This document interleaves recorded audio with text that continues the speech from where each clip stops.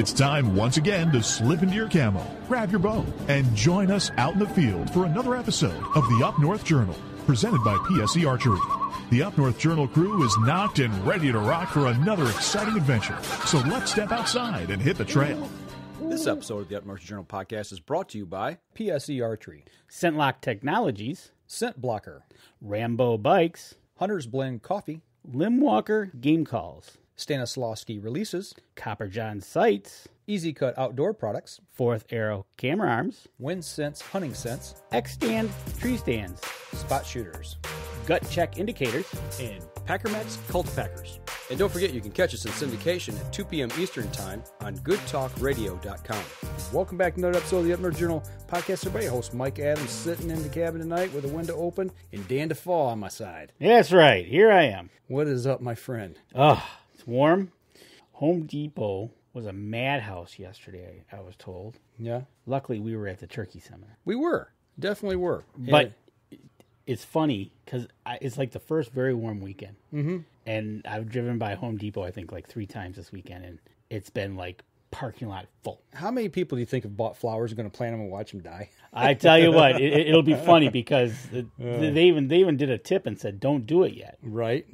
I see Jason Pfister's watching. Hey, Jason, Tim Cius, all the way from West Virginia, is in the house tonight watching as well. Congratulations on you and your daughter both getting your hunter safety certificate. Right. Congratulations. So, that was awesome. But let's get right into the show tonight. Yeah, you know, yesterday we spent a few hours talking turkey. And who do we talk to? Or who do you talk with? The one and only Killer Miller himself. Jim Miller, are you still on with us, bud? Hey, I'm still here. All right. Hey, by the way, happy birthday a day late. Want to get that out there real quick. Well, thank you very much. I appreciate it. Hey, had a good birthday. That's good. I always like good birthdays. You know, like good days, but good birthdays are even better. So, not only is a Killer Miller, but he's a president of the Flint River Chapter of the NWTF here in our home area here in Flint, Michigan area. So, yeah, you guys had a great seminar yesterday, Jim. You know, how long does it take to put something like that on? I mean, just roughly speaking, when do you start planning for that? Well, actually, it doesn't take that much to plan the thing. I just line up the speakers ahead of time. You know, you got to get them booked so they don't get booked somewhere else. But no, it doesn't take that long at all to put it together. As long as you got a place like Williams, you know, that could open the doors for us. Right. You know, and a shout out to Williams Gunsight Company. You know, I do a little side work there at the TV station for them with On the Trail. And I tell you what, they've got a great place over there. And Tom, the owner, loves to help kids out. And actually, we'll talk a little bit about that here at the end of the show with you over the Jakes event. But no, you guys put on a great event yesterday. A lot of good information. I've been to, Jim, I can't even count how many of those I've been to. But every time I come to one of those, I always learn something new. And that's what's great about your guys' event. Yeah, well, Dan Prince there, he's a great storyteller. You can always learn something from him. He told us yesterday that, in fact, he showed me a back of a license that we started these workshops in '96. I didn't remember being that long, but we've been doing it. 1996. And he's been doing every one? No, he came on board probably about 5 or 6 years ago now. Okay. You know, that's awesome when you can get a conservation officer to take a day, right? Come on over. And he brought a lot of stuff over to show and tell. Yeah, he did. And besides the stories that he did tell, some tips and tricks, it was nice to see and hear from him. And a big shout out to those guys for what they go through, because they seem to be always the messenger guy and I always get yelled at. Ain't that the truth? Right? But, you know, you mentioned Dan's a great storyteller. Some of the things he was talking about yesterday, Jim, simply, I didn't know. I mean, I haven't been turkey hunting that long, maybe, I don't know, 15 years-ish. But he talked about that the hens, when they get on the nest, that they sit on the nest all night. I didn't know that the hens did not go back to roost at night. I didn't know they sat on the nest all night. Well, when they lay an egg a day, they will leave the nest, go back to roost. But once they get the entire clutch laid, no, they don't leave the nest. They stay right on the nest, which makes them very vulnerable. Yeah, I'm surprised that we still have turkey, tell you the truth, because you think that coyotes and other varmints would, you know, or predators would get a hold of them. Well, that's the thing. I think that's it, right? She stays on the nest, I think, just for that purpose, especially like raccoons. Right. Gives them some kind of defense. Sure, yeah. And the other thing that surprised me, Jim, was the fact he talked about that the hen will actually, once she starts incubating those eggs, will take and turn those eggs every hour. You know, that seems like a lot of work. I don't know why they I don't know why they do that. I'm not a biologist, but I've heard that. I think what that does is it keeps the temperature throughout the egg, so Even? one side doesn't get Sunny side up? exactly. In essence, yeah, right. So it's an incubation thing because that's when you're incubating eggs, you're rolling them. So same. I think it's just to keep the temperature consistent throughout the egg. Right, exactly. But yeah, it's always good stuff, good stories. I like when he starts talking, he'll get into the story, and then when you get to the shot, he'll go boom, and he says it so loud that everybody in the crowd jumps, including me, and I know it's coming. Yeah. In fact, that's a big selling point. We advertise the workshop. We talk about Dan and you got to come and hear the big boom and hear the stories about the professor. Yeah, absolutely. Well, that's awesome about the professor being his dad and everything. And actually, I posed a question to him that he didn't know the answer to. I gave him my phone number, and he called me at 8:20 this morning with an answer.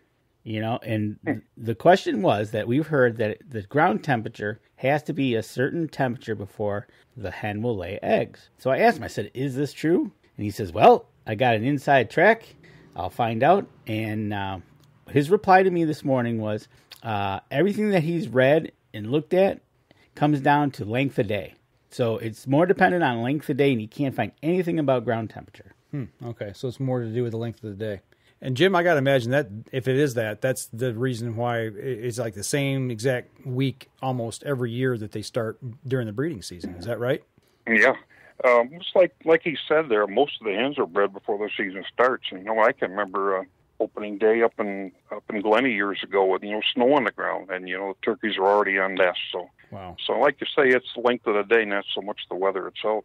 Wow. To me, that was another thing that I heard that I went, wow, I didn't realize that, is that most of the breeding is already done by the time we get in the field, for that first week. And I think that's really good. That that shows that the biologists are thinking that you're not going to kill them before. Right, gives them a chance to. Yeah, that's all by design. Yeah, that's something else. Well, another thing too about the nesting is kind of interesting. Once the poults will hatch out, they'll be able to fly up in a tree when they're like 10 or 11 days old. Really? And that's just incredible. I think that they'll be able to do that. They can't fly really well and can't get too high, but they can get off the ground.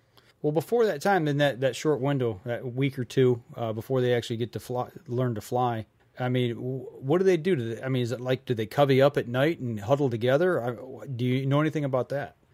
Yeah, they don't leave the nest at all. The hen will. She'll leave the nest to go feed and whatever, and do her thing. But no, they stay right there until she comes back.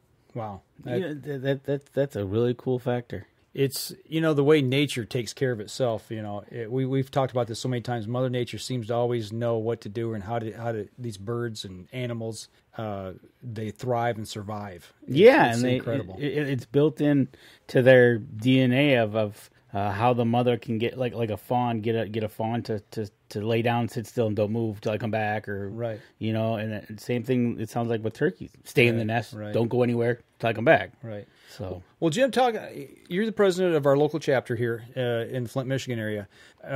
With NWTF, how's things going right now? I mean, are they doing with their membership? Are we looking good? Are we looking to get more young people involved? What's kind of like the overall just general feeling right now with NWTF? Well, one thing you said there, our big focus now is to not only get the young people involved, get the non-hunters involved. There's the big push this year is take adults out and start them hunting, because a lot of them aren't hunters. And so the chapter's doing really well. We got formed in '93, I think, and we've been going strong ever since. Okay. And you know what? It was nice to see yesterday when you asked who was new hunters. We had one young gentleman, but we did have 4 or 5 older gentlemen it was their first time hunting. So, like Jim said, getting the older hunter out there. Right. Do you see more of that coming now, or is it the older hunters coming in, or older people coming in to try and turkey hunting, or I always hear that the youth, we're always lacking in the youth, and we need to get more youth involved. But I mean, where do you see the biggest influx right now? Yeah, that's been the big focus for years. Get the young people involved, but what we're finding is we're getting the youth involved, but mom and dad are right there too and never hunted. Well, the big focus, like I said, the last year or so is get them out in the woods too. And there's a big push on to do that, not just at the Michigan level, at the national level. Okay. I know, you've done some things with some of the youth. I've heard some of the stories and things. Is the group here in this area, is that the big push right now? I mean, are you guys really concentrating on taking people out, those first timers that are a little bit older? Yeah, we are. In fact, we may take a couple disabled veterans here in the 234 hunter. I don't know if we can put it together in time, but that's what our goal is, to get them out and then, of course, get the kids out. I think this fall we're a big push to take 3 or 4 different kids out. So that's kind of what our plan is. That is awesome. If for guys and gals out there, maybe turkey hunters like Danny and I, or somebody that's listening to the show right now, what would you tell them if say, I'd like to take somebody out hunting, but I don't know what I should do? What kind of information would you give them to help facilitate that? Well, the biggest problem we have is access. Where do we take these hunters? There's so many places that are leased, and the farmer can't let you on his property because he's got the lease or whatever. Mm-hmm. And so that access, that's the big thing in trying to find a place to take the kids. And Steve Sharp, our regional, R3 director here in Michigan, he has compiled a list of adults that might be interested in going hunting at the Jake's events. He'll get them aside and get their name, and he's got a whole list we're going to work off. And that's kind of what the entire state is going to be pushing for this next year. Okay, so people that are interested in doing something like this, getting some land, getting access to land to take somebody, or finding people to take. Getting a list. That's always good to have, because you always sit around going, who can we call? Right. Start working with your regional or state directors, and helping get that going. So that's right. And, and it's good to have a go-to list like that, because something might happen, turn around late, and you might have to make that call and be okay. Right. Hey, I want to give a quick shout out to a couple people here real quick. We got one guy from the state of Washington, Ted Moores. I don't believe I've seen that name on here before, so quick shout out. Thanks for tuning in tonight. But also Wayne Sitton, who is a Michigander. Actually, I think he's Oklahoman, but he's in Michigan. But actually tonight he's in Minnesota, so he's on the road doing something. But, getting back to turkey hunting here a little bit, Jim, it seems like every time I drive around this area, I know Michigan before, birds seemed to be extinct, and back in the 70s and 80s, and it finally started to turn around a little bit when they started planting birds. But now they just seem to be everywhere. Kind of give us a rundown of how's our state doing for birds? Well, last time I heard, Al Stewart told some guys the other day we have over 300,000 birds in the area now, in the state. Wow. Most of them are in southern Michigan, like middle and south. Well, back in the 90s, we got involved with the trap and release program with the DNR, and God, we had a blast. Trap the birds with the cannon nets, and they would send them to Rose Lake, get tested for disease, and those birds would go to the west side of the state, and then the people that side of the state would bring their birds over here. And we released, I think it was probably about 30 birds total over 2 releases in the hogbacks back in the 90s. And all the birds around here, like Formar Nature Preserve and all of them, are direct descendants from those birds we released. So that's kind of makes you feel good when you're driving down the road. I just come up the main road just a few minutes ago, and there was a tom and a couple of hens in the field there. And it kind of makes you feel good that you put something back into the sport. That is awesome. And to think that transplanting birds back years ago, and now we've got what we've got here in the area. I know down here in southern Genesee County, Lapeer County, northern Oakland County, Livingston County, Shiawassee. It just seems like any country road you drive down, you're going to see birds in the morning or in the evening, coming off the roost or going to the roost. It's just incredible. It is, and it just goes to see what we can do. They're not doing much trap and transfer anymore, because they got every place that's got turkey habitat's got birds in it. So okay. So the only time they'll trap now, if a farmer's got a problem with too many birds on his farm, and turkeys kind of get a bad rap. People think that the turkeys are eating their crops up, and I'm sure that does happen. But the turkeys aren't the main culprits there. It's raccoons and of course deer too, I suppose. But so anyway, they'll go in and trap birds on the property and just take them someplace just to make him happy, because we don't want him getting mad at our turkeys. No, not at all. Yeah, it's something you said there. You're talking about the other animals doing a lot of the damage. You know, a lot of people don't really realize that. They think deer do a lot of damage to crops, you know, especially corn, and it's like, no, a lot of it is really raccoons. Yeah, you know, and you can tell because when you go out to the edge of a cornfield up next to a woodlot, that those corn stalks are pulled down to the ground, and that's from the raccoons pulling them down to get to the grabbing them. Yeah, because a deer will walk up and eat them right off the stalk. Yeah, they don't have to move. They don't have to bend down or nothing, right? You know, so that's a telltale sign. But yeah, we need to get back and get our people trapping as well, which will help the turkeys as well. So I wish more people would trap. And what happens with raccoons? They'll knock a stalk of corn down, but they won't eat all the corn. Yeah. They'll just eat some of it and go down another stalk and break one down, and then it multiplies the problem. Little bandits. They need to finish their meals. That's right. Quit wasting food. Right. Yeah. But no, it is. So you were part of that trap and release program back years ago here in Michigan. I was, and we had a blast. And what we did was the DNR. Well, for a long time, Lapeer State Game Reserve was like a nursery. They had a lot of birds there, and they didn't allow hunting there for many years. Mainly because it was such a good nursery. We would go in, the DNR would go in and bait an area, put up a blind, and then we would sit in the blind, go in before daybreak, and just watch, find out what time those birds are coming in. Because the DNR biologists, they can't sit there all day and do that. So we would get the birds programmed, and then we would call them, and they'd come out an hour ahead of time, set up the nets, and then shoot the cannon that's over them, and box them up, and then haul them to the Rose Lake. But it was a blast. That to me would I was actually on I spent a day down at Point Mouillet, and they trapped and banded geese before they got their flight feathers, you know, during that molting process. And I took the boys down, and I think I took the girls as well, or maybe I don't know. I know I had 2 or 3 or all the kids with me, and that to me was so much fun. It was a lot of work, but it was a lot of fun and a lot of education, and you get hands on, you know, with wildlife. And it does. It makes you feel like a sense of helping and putting back into nature, just doing something as simple as that. Right. So how hard is it to put a turkey in a box? It's hard. What you have to do is you have to pin the weeks to the body. Once you get that done, you're all set. We had an instance there. There was a big tom that we had trapped and went over, and one of the release sites was over in Flushing area, and one of our guys wanted to get a picture with this big tom before he released it. He let go of the wings. I tell you what, this guy got beat up before we got a picture. But it's not easy. But if you get the wings pinned and the legs, you're all set there. You can put them in the box. They don't like it, but. And I assume most those birds were all banded as well, weren't they? No, oh, no, they weren't.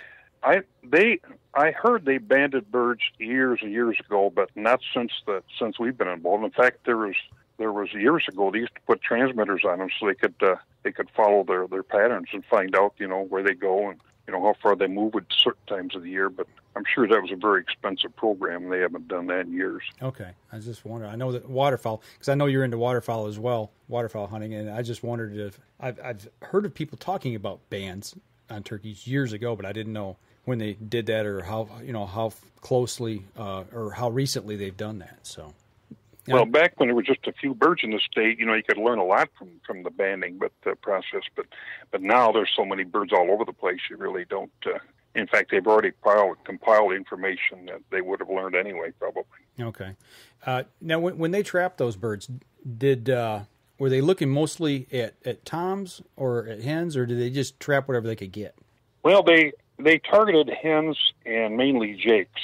They did want to put a few longbirds in. In fact, we never saw it, but I've heard stories about they released these birds into areas, and some poacher driving down a road sees that long beard, you know, and there's your turkey's gone. So what they've done is some of those long beards just cut the beard off. Okay. Just snip it right off, which you'd think, oh, man, that's a shame, but it probably saved the bird's life, you know. But right at the time, yeah, that's a good deterrent of being able to let the turkey establish himself in the area. Because like you said, Mr. Poacher's traveling down the road and sees that, he's all over it. Right, so. Right. Well, I tell you what, we're bumping up here on our first break. We're running a little bit long, so we're going to step outside. We're going to take our first break. When we come back, we'll continue the conversation. We'll be right back after this. PSE Archery has reinvented the way you buy bows. From now on, you can make the most educated decision possible by basing your bow choice specifically on your shooting needs and goals. All you need to do is ask yourself, what kind of shooter am I? What do I want to achieve? PSE will help find the right category for you. So, what kind of shooter are you? Find out at psearchery.com.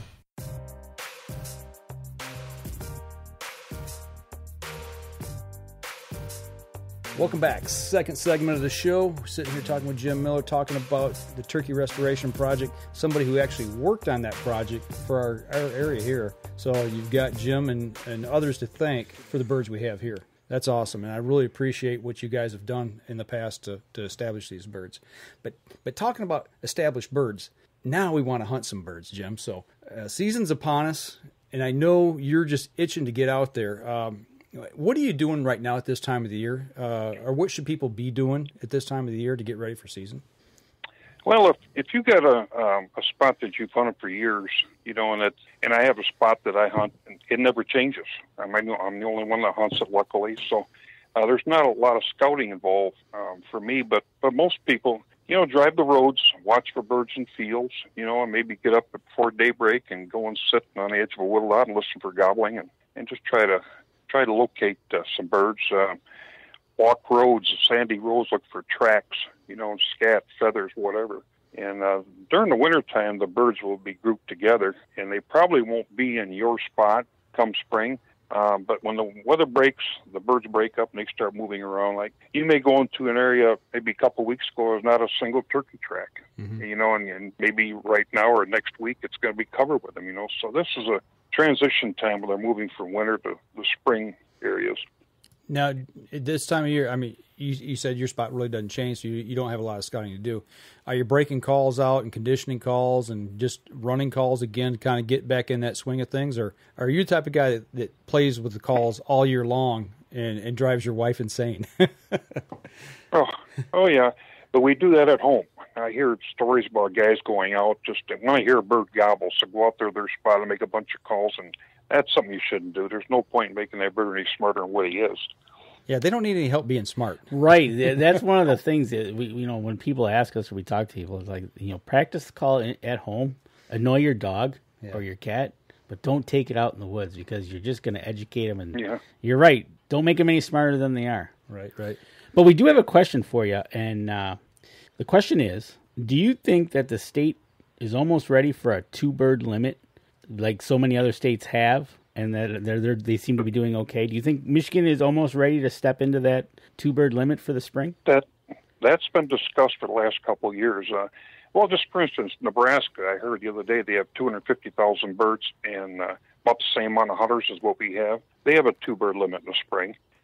It's been proposed to the NRC. In March, the DNR gets all their biologists together, and they sit down and hash out, the season and talk about the coming seasons. And that's one thing that I will say our biologist here in this area has brought up for the last couple of years is a 2-bird limit in the spring. And you could break it up. You could say you can't shoot at both birds in the same hunt period or the same hunt area. There's a lot of things you can do to make sure that you're not taking all the birds out of one flock or whatever. But I'm sure it was discussed again this year, but I don't have a good feeling about it. I don't think it's going to happen.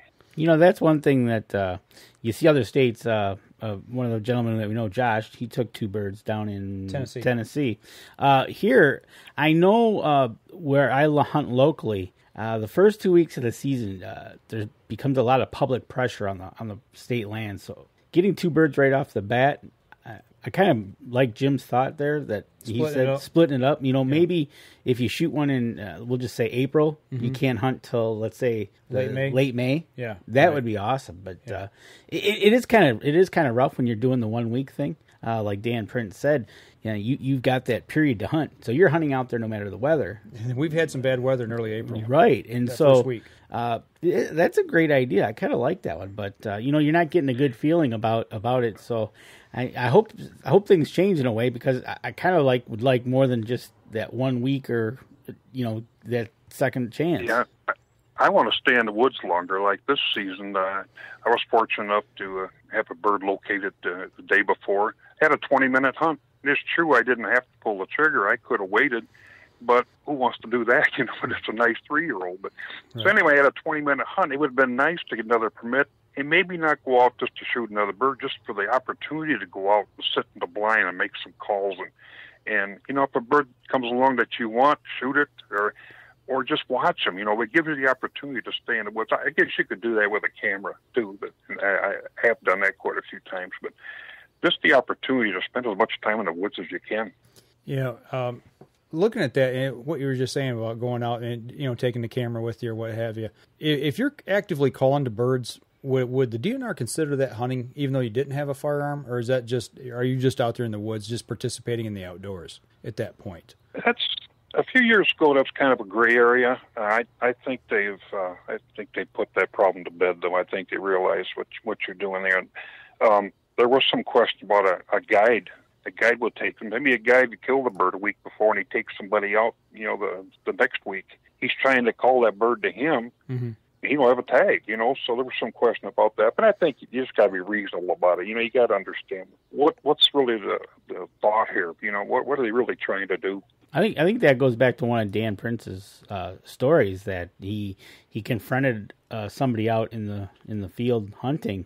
Who didn't say he was turkey hunting, but he had everything gun, shell, call in the cab of the truck. So not with him in the field. Right. So yeah, definitely. I could definitely see if somebody else was calling for you, are they actually trying to hunt? But if they don't have the gun. Well, I know, I'm trying to remember what state it was that we hunted. I want to say it was Ohio. When we turkey hunted, I had to buy a turkey license even though I was taking my son out. Oh, okay. My youngest, I had Jake with me. He was, real young at the time. He was the one with the firearm. He had his license to kill a bird. I wasn't carrying a shotgun. I was carrying a camera. But you still need a license. But because I was guiding him, I had to have a license. So okay.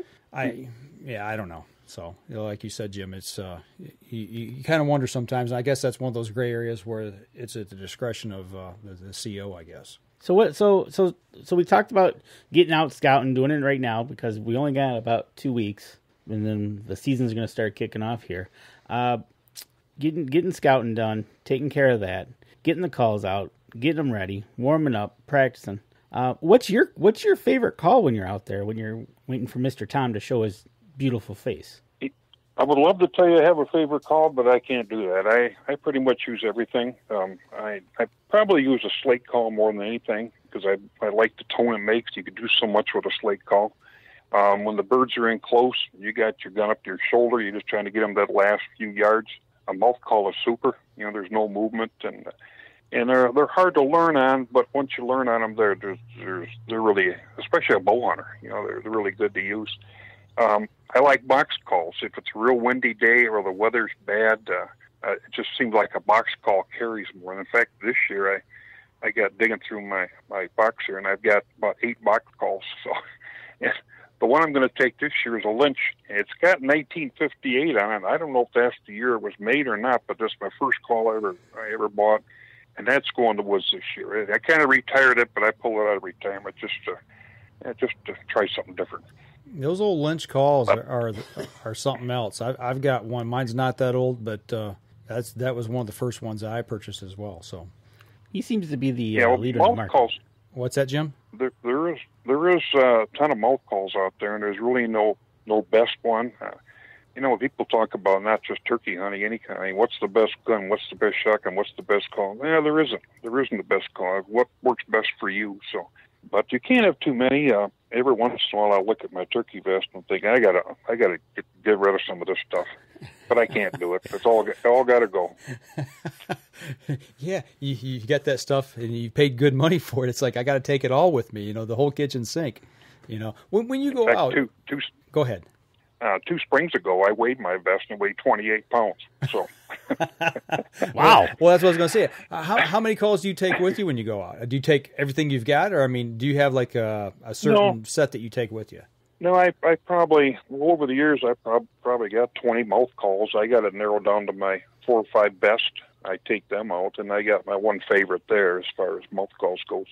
Box calls are kind of hard to haul around. They take up a lot of room. I just take one of them. Okay. Probably take two slate calls, and I do have a glass call that I take too. If that's one of those calls that emits a higher pitch than the slate call. So if it's kind of bad weather, you want to get out there a little more. This does make a higher tone. In fact, I'm told, like the Luna calls especially, there's a tone there that goes so high that human ear can't even hear it. But really? Turkeys can't.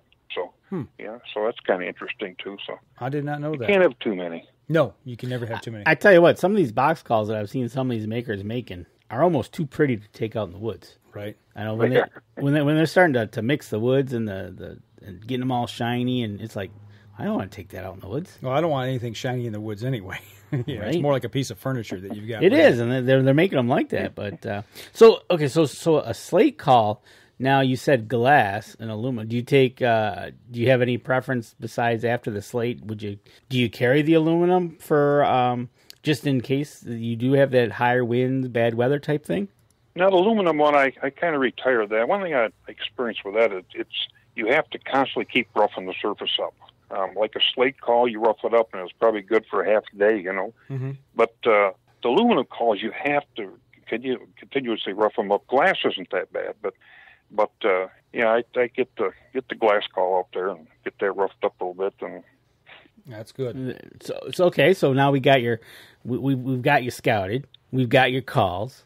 What are you going to use to shoot this bad boy in the face? You're going to use a 12 gauge, 20 gauge, 410 bow? Well, it's I have a 12 gauge. I have a crossbow. A few years back, I got two birds with recurve, or not a recurve. I'm sorry, compound. Nice. Kind of had a bit of a shoulder problem. I kept reducing the poundage until I got to a point I couldn't. I didn't have no confidence left in it at all, so I retired it. So I got a crossbow, but I like the crossbows, but the shotgun likes to go too. So I in the fall I use the crossbow most of the time, but in the spring I usually take the shotgun. Okay. 12 gauge.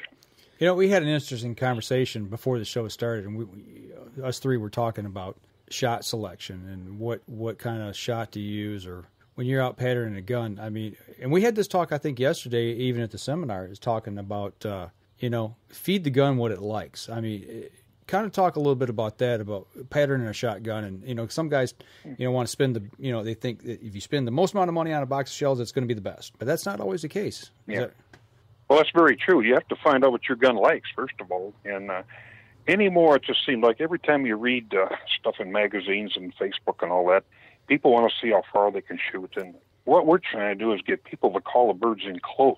That's turkey hunting. When the bird's out there just out of range strutting and you want to get them in close, that's turkey hunting. But the new shot, first of all, the manufacturers have to come up with something new every year. They got to do something to try to get ahead of the next guy, And over the years, it's been, Federal come out with the third degree, and then the heavy shot came out, or vice versa.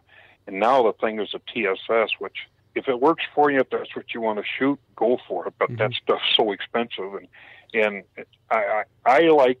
And in fact, it's hard for me to understand how you can take a turkey shell with 7, 8, and number 9 shot and kill a bird. They do it. Every day you hear about them doing it. So I'm sure it works. But with the tungsten shot, those BBs hit so much harder than the old lead shots. But anyway, get them in close. That's kind of what we want to do. And you get them in close, you can kill them with anything. You don't have to have expensive shotguns or expensive shells. And then again, expensive decoys. Man, you can go crazy on decoys, and I love them. Don't get me wrong, I love those new decoys, $130, $40 a piece. But it's that's a lot of cash just for a decoy. It is, especially when you're guiding for somebody and they shoot your decoy. You know what? That's a great example. How about we go to our break and we come back? Let's talk about decoys. All right, we're gonna step outside. We'll take our next break. We'll be right back after this. PSE Archery has always dominated the speed category. Now, the most revolutionary cam system ever to hit the market has perfected the shooting experience. Introducing PSE's Evolve Cam System, featuring extremely high let-off capabilities and the smoothest draw cycle in history. No other cam system has ever delivered this level of total comfort and total control. Experience PSE. Experience performance. All right, we're back. Third segment of the show, and before we went to break, we said we're going to talk about decoys. Yeah, you got you got your gun to eat some shells. You figured out what's what your gun likes to shoot, because it's kind of important. You actually had an incident with your dad that I think we've talked about this on the show, but he didn't shoot his gun, but then you found out he had a little issue with his gun. Yeah, he missed 2 birds one morning, and he was using an old Model 12 Winchester. And he's like, 20 yards, and I'm like, you don't miss. What do you mean you missed? And he's like, no, man, I missed 2 birds this morning. And I said, well, what shells you shoot? And he said, I don't know. I said, what do you mean you don't know? Don't you pattern your gun? He said, no. So we went. This is what we did, Jim. We went and got a log out. We had it in the field, an old blow down log, and it took 4 eggs. And I put them, I don't know, 4, 5, 6 inches apart. Set them on this log, or maybe it's 5. I think it was 5 eggs. I said, okay, shoot for the center egg. And when he shot, and we were 30 yards away, he broke the outside 2 eggs. He had a hole. It had a hole in the pattern, for whatever shell he was shooting. Didn't. Yeah, and he's like, wow. I said, that's why you pattern your gun. Right.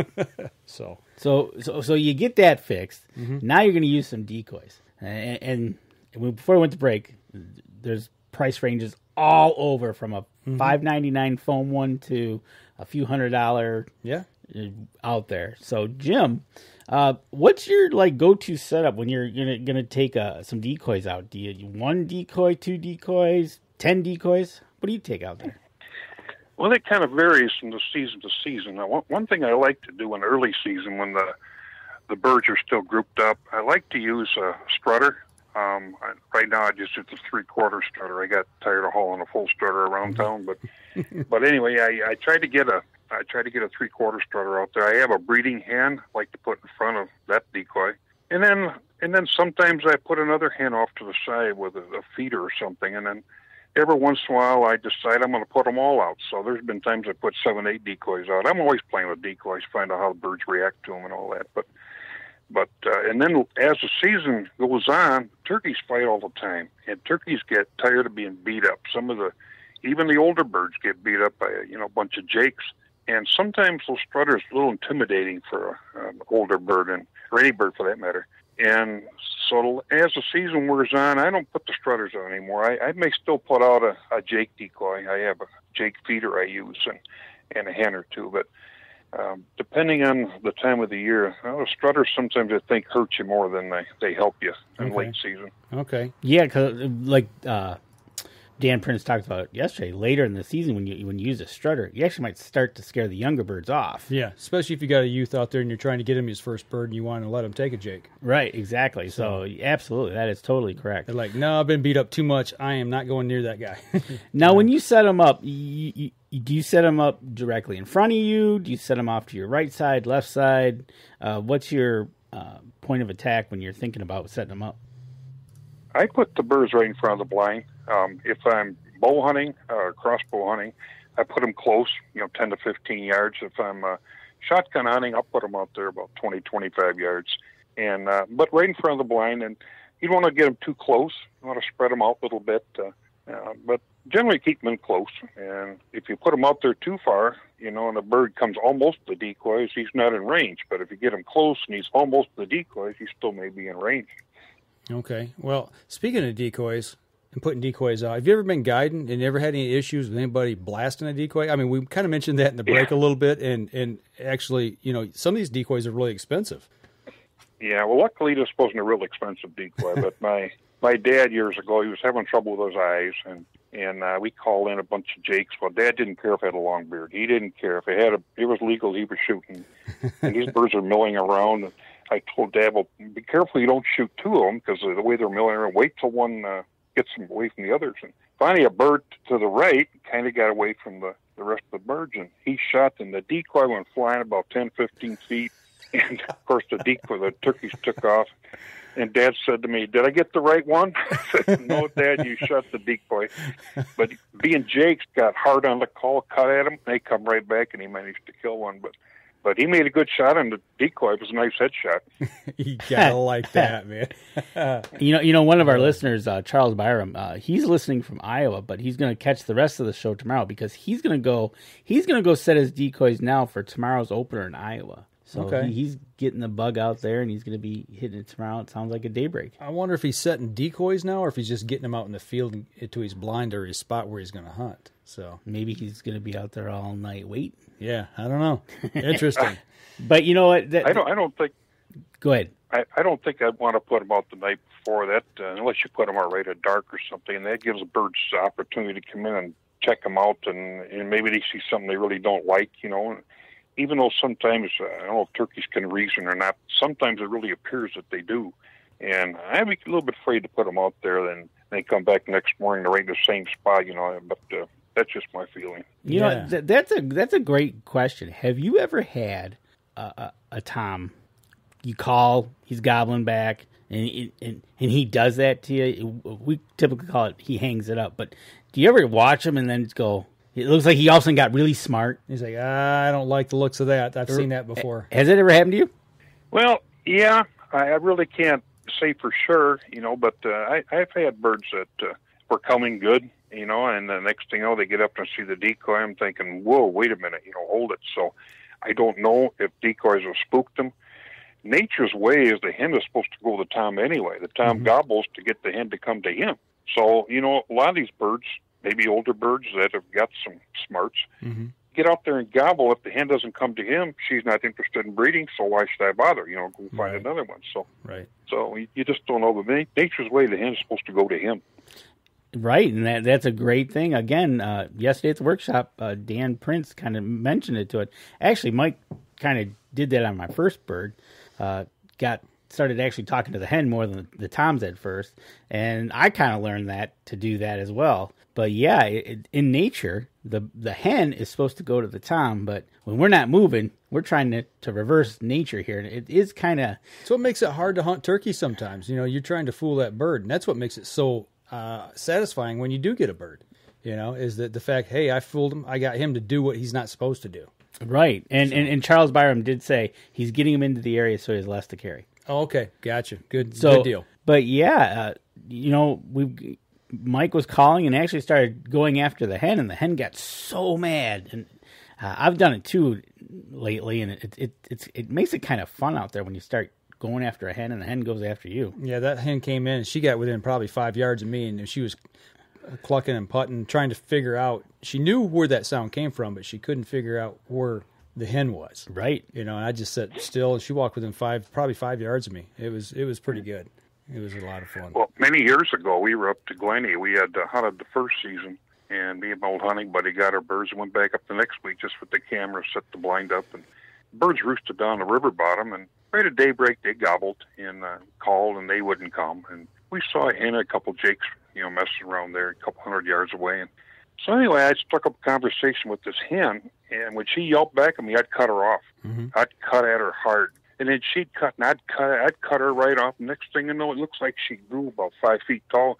She comes stomping across that field and came right in the decoys. What followed her? A 10-inch beard. He came in there.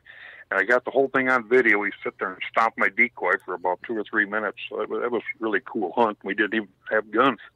You gotta like that. It's watching, playing tricks on nature, and getting them angry and getting them mad, and let them do their thing. And I think that's what's so addictive about turkey hunting is the fact that you're actually talking to the animals. You're carrying on a conversation back and forth. It's an interactive hunt, so to speak, kind of like waterfowl hunting as well.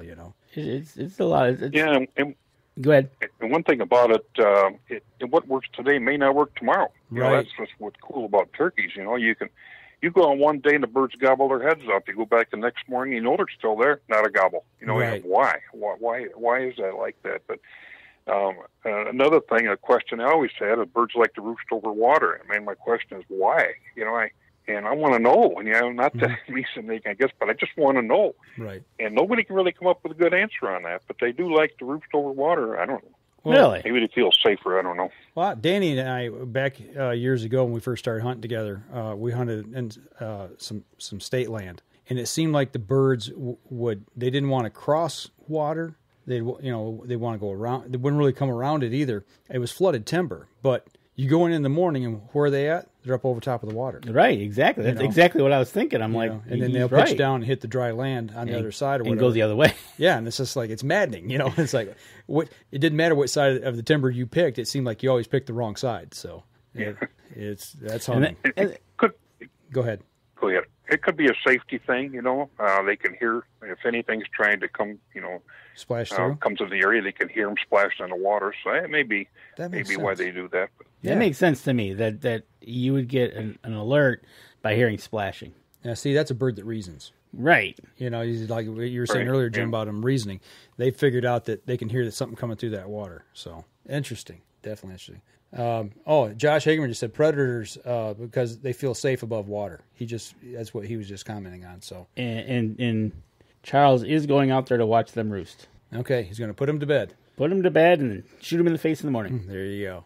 But you know what? That's another thing. Is speaking of birds out there, they also come in quiet. Yes, they won't gobble. It's happened to me a couple of times. You're just sitting there, you're calling away, nothing, and all of a sudden they're there. Yeah. And you're like, whoa. I remember hunting with Randy Duncan one year. We were hunting some state land, and we were just out sitting up against a fallen down tree. And it was middle of the day, and all of a sudden, it gets to where it's warm, and you start just getting kind of lackadaisical, and we're sitting, not hearing any birds. And we're talking, just talking, carrying on a conversation quietly, and all of a sudden, he's like, there's a bird. And I'm like, where? He goes, right over your shoulder. And it was literally 10, 15 yards away to my right-hand side. And I was like, yeah, you're kidding me, big longbeard. I'm like, wow. There you go. And Josh confirmed, coyotes won't go into the water to get close to the tree, so the birds can be in the tree. And there you go. It's reasoning. Safety. Yes. Yeah, they're reasoning. Safety issue. So I tell you what, we're bumping up on our last break here. Let's take our last break. Come back. Jim, I want to talk to you a little bit when we come back about your midsummer event that's coming up for the Jake's Day. So we're going to step outside, take our last break, and we'll be right back after this.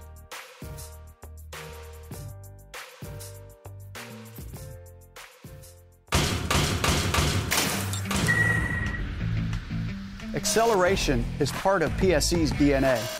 PSE pioneered the speed movement. Now they've developed the vapor category to help you find the most powerful bows on the market to fit you. High speed equates to intense power and building the momentum you need to be successful. Are you a vapor shooter? Find out at psearchery.com.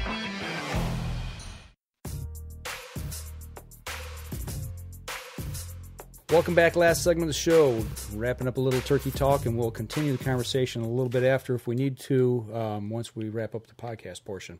But we just got a question in from the guy who supplies us with our calls, the Lim Walker game calls. We got them right here in front on the table. That's what we use out in the field for our pot calls. And he asked, Jim, do you have your Grand Slam yet?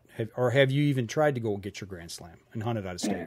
No, I haven't even tried. In fact, I've only hunted Michigan all these years. I talked about going out. I'd like to go try for a Merriam's, but okay, I just haven't done it. Haven't done it yet. Okay, so is that something that's like high on your bucket list that you want to do? No, not really. I'm not. I don't know. Everybody talks about want to go out west hunting, want to go to Florida hunting, and I don't know. I guess I'm just a homebody. I like Michigan, and even though I could extend the season, by going to other states, but no, that's something that, I suppose it was available. I had some connections or something. I probably would do it, but it's not on my bucket list. Not really. Okay. I tell you what, though, after watching Jay Gregory do the interview with us at a golf hat, right? Yeah, from Florida in March. The Osceolas look pretty tempting. Okay, I'll go to Florida in March. No kidding, man. The weather's a lot better down there than it is here at that time of year, anyway. Right. So, so Jim, we've found out how you scouted. We found out what calls you use. We found out what you shoot. Find out how you set up your decoys. Well, obviously we've got pictures of you with a bird. What's your favorite way to have the bird? Do you breast them out? How do you enjoy your wild turkey? Well, my favorite way is I like to breast them out and like to shred the meat. First of all, cook in the crock pot all day with your choice of spices, and then shred it up and put barbecue sauce on, make like a pulled turkey sandwich, and that's my favorite way. I've not heard of that. Yeah, wife's not too hot on wild game. She was just try it; it'd be different, but you know how that goes. Right. So, well, so for me to cook, to pick a bird and to cook a bird for the family, it's out of the question. So that's my favorite way. Just, okay. It's not just the breast. You could take the legs and thighs off too and do the same thing. Just shred it up and barbecue sauce. A barbecue wild turkey sandwich. Danny's favorite way to have turkey is put it in a glass, in a highball glass. Oh, that's wrong wild turkey, buddy. You didn't think that after you asked that question I was not going to go there? I said that, and I'm like, oh, I hope he doesn't. But you saved me, Jim. And one way I found out is I had a gentleman take the breast off my last turkey, and he smoked them, and that came out really good. I like it smoked. That was really good. Well, yeah, that's something I've tried that with waterfowl and all that. In fact, I think my favorite piece of meat I ever cooked was a smoked Canada goose that I had picked, and that was good stuff. But I haven't done that in years. And it takes up a lot of freezer room, unless you got a freezer to set aside just for your wild game. It takes up a lot of room to pick a bird or pick a goose or whatever. Right. Yeah, I've not heard the barbecue. That sounds intriguing. I have to try that sometime. Sounds yummy at this point. That's why we always ask these questions, because we get different ways that, people tell us different ways to try different wild game meat. So we're always looking for a new way to try it. That's awesome. Hey, when you're in the... Go ahead. Go ahead. Funny people talk about wild game. We play euchre a couple times a month, and I started taking turkey or venison or something over there. And I wouldn't lie to anybody. If they asked what it was, I'd tell them. But if they don't ask, I don't say nothing. And those people just devour that stuff. And when they find out later it's wild game, they turn their nose up and says, "Come on now, how many sandwiches did you have?" "Well, I had 2." So and now all those people are hooked. They understand that. If the game's not cooked right or processed right, it could be a disaster. But if it's done right, it's no different than a tame bird. I fully agree with you. I used to turn my nose up at a lot of different things like that. Deer heart was one of them, and like you said, the way it's prepared, I could never stand the smell of it cooking. The way that I've always seen it prepared, it's like, if it stinks, I'm not going to eat it. Well, the guys talked me into it one time. Somebody else had tried to cook it a different way, and I tell you what, I'm like, where have you been all my life? It was some of the best meat I've ever ate. And you're right, Jim. It's just all the way it's prepared. But a lot of people, they'll turn their nose up if they don't know what it is. And then, like you said, you ate 2 sandwiches and you went back for a third, and we didn't have any more left. Is the reason you didn't have 3. So right. But, while we got a little bit of time here, we got about 5, 6, 7 minutes left. I do want to talk a little bit about the event you guys have got coming up here in August. And this is something you do every single year, and it's something you do for the kids. Can you talk a little bit about your Jake's event? Yeah, I can't tell you how long I've been doing. I was trying to figure it up the other day, and it's been so long I give me a headache. But anyway, we have it at Williams Gunsight Company, and Tom Wright, he pretty much shuts the ranges down, when we go out there with our event, and he's just a great guide, whatever we want, and he gives us. And it's a totally free event. It's always the first Saturday in August, and this year it's August 3rd. And we have a fish pond full of rainbow trout. The kids catch them. They get to keep them. And some of these trout 14, 15 inches. And we have a hard time keeping the dads out of the fish pond, And say, come on, let your son fish it. It's his turn. Right. And we do face painting and some of the stuff that's not even outdoor related, like a bounce house, dunk tank, but just stuff the kids have a lot of fun doing. The DNR comes out, brings a fur display. So the kids like hands-on stuff. They want to touch, So they can touch these furs. We have BB gun shooting and shotgun shooting, and one thing we got to be really careful of. When we first started doing this, we weren't thinking it through completely. Some of these kids never shot a shotgun before, and some of these guns we had, if it's a smaller child, the gun didn't fit them at all. And you know what happens when the gun doesn't fit you? They get hurt. Yeah, right. And if you get hurt, my granddaughter was one. She got hurt. It took a year to get her to shoot again. Right. For just a year. It's just like, a dog getting gun shy. It's just hard to break them of it. So one thing we got to be more careful of making sure we have guns for the smaller kids, and to ask that child, hey, have you ever shot before? And if it's no, well, you'd spend a little extra time with them. And if we're not too busy, mom's standing there, and typically we have mom and dads come out, but mostly it's mom bringing the kids out, and you just try to think of situation. Dad's gone, and Dad's probably not ever going to take them hunting and all that. So we'll ask Mom, you ever shot a shotgun? Well, no. Well, you want to? Oh, I don't know. Well, come on, shoot. So they will shoot. Get them interested, and like we talked earlier about getting the adults interested too. So, but it's just a great event. Kids everybody under 17, we buy lunch for them. We get pizza from Little Caesars, and we just have a great time. It's always a lot of fun to see 50 or 100 kids at the time you're there running around. And I know you guys run more than that throughout the day, but when you see those kids just plowing around that place and shooting bow and arrows and building birdhouses and just all the different things that you guys offer them and it's free, is simply incredible. But like you said, getting the parents involved as well. It's that's where my son learned how to tie fishing flies with a gentleman from the planetarium that comes out there. I can't remember his name, but he had, the first time we brought our kids out there, he had fly tying seminar, and Michael just sit and watched him tie fly after fly after fly, and we had to buy him a fly tying kit afterwards. Yeah, that was Richard Walker. He has since left the area, so I don't know what we're going to do this year. But that, like you said, that was a great event. I mean, the kids love that. And one thing I didn't mention is the Michigan bow hunters.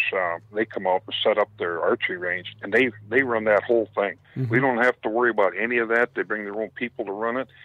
And I tell you what, they'll have a line of kids, 10, 15 deep sometimes shooting those bows. It's just a fun event. Mm-hmm. And get kids in the outdoors, get away from the computers and stuff for a little while, And what we're going to do this year, we did it years in the past. We gave the kids a little packet of different handouts, and we put a note in there. Mm-hmm. If you don't think you're going to have the opportunity to ever hunt turkeys and you want to, write and tell us why you want to go. And I tell you what, some of these letters we got back, I tell you what, it kind of gets right to you. Mm-hmm.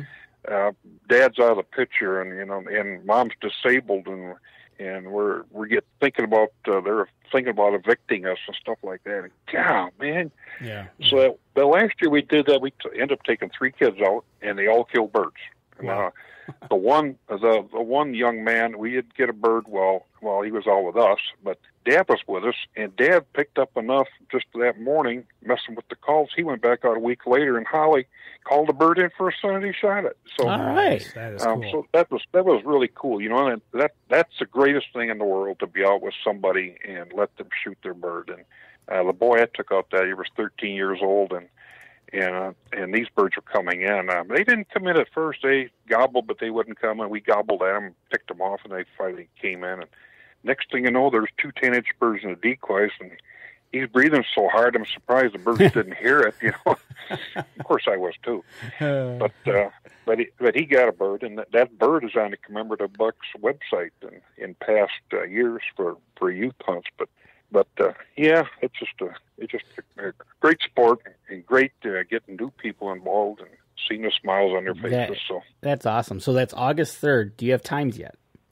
Yeah, we start about 10 o'clock and run till, I believe, 6 o'clock. Okay. And, it's an all-day event. And so it's not something you got to be there when it opens. It's ongoing events all day long, so if somebody can't get out till afternoon, that's fine. You're not going to miss a thing. Right, exactly. And, every year we try to add something to it, and so we're trying to add some. One thing we'd like to do, we'd like to have somebody come out and set up a primitive camp. We had that years ago, and boy, the kids love that, man. Throwing axes, and the teepees are set up, and it was really cool. But we got to bring that back somehow, because that was quite a interesting event. They really enjoyed that. But so there you go, guys in Michigan, in mid-Michigan area. If you're into that, Jim's group here, the Flint River Chapter NWTF, is looking for some help in that area. So and Jim, where can anybody go to find out more information about NWTF and your branch and anything else they want to know? Well, they can go to the NWTF website. I think it's NWTF.net, I believe. The state board have their website, Michigan State Chapter, NWTF. We don't have a website. We're on Facebook, but they could call me. I'll talk turkey to anybody anytime.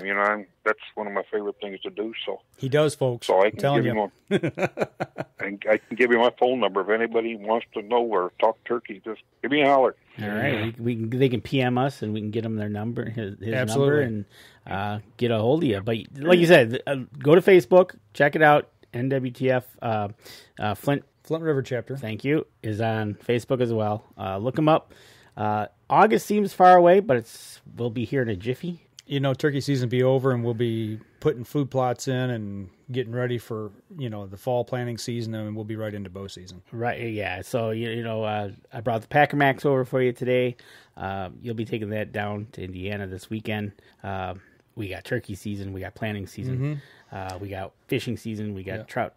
Yeah, it's starting to wind up. Well, before we wrap up the podcast portion of the show here, before we go, we'd be remiss if we didn't talk Lim Walker Game Calls. That's who supplies us with our pot calls here for turkey season here in Michigan. They're out of West Virginia. Tim Sias, who happened to be on the radio this weekend in West Virginia. I'll listen to the episode. Very nicely done, Tim. And also Gut Check Indicators. You get their the turkey wipes, and that will determine if you've got just a clean blood hit or if you've actually got a gut shot. Right, yeah. You can either get the little disc wipes you can wipe the arrow with, or you can buy the actual arrow wrap to put right on the arrow. But you know what? You're doing that and you're sitting out the blind. You better have some Hunter's Blend coffee. Absolutely. So you know what? And go to huntersblendcoffee.com. Remember, use the promo code capital UNJ. You get 10% off of your order there. But we would not be, thanks to Tim getting us those calls. We'll be running those again. He did do a good job on the radio. He did. And he passed his test with his daughter, which was even better. Jim, thanks for being on the show with us here, tonight. I really appreciate you taking time out of your day. Well, I enjoyed it. It's a good time. Well, I tell you what, let's wrap up the podcast portion, and for those of you on the live stream, we'll hang out for just a few minutes. But for everybody who's listening to the podcast, make sure you catch out the live stream portion that we put on YouTube on Wednesdays, or you can go over to our Facebook page and you can catch it there as well. So that'll do it for the podcast this week, folks. We'll see you again next week. And don't forget, you can catch us in syndication at 2 p.m. Eastern Time on goodtalkradio.com. This episode was brought to you by PSE Archery, Scentlock Technologies, Scent Blocker, Rambo Bikes, Hunter's Blend Coffee, Lim Walker Game Calls, Stanislawski Releases, Copper John Sights, Easy Cut Outdoor Products, Fourth Arrow Camera Arms, Wind Sense Hunting Sense, X-Stand Tree Stands, Spot Shooters, Gut Check Indicators, and Packermax Cultipackers. Thanks for listening, and join us again here next week. Until then, remember, as we always like to say, if you're out on the water or in the woods, shoot straight and be safe. Until next week on the Up North Journal.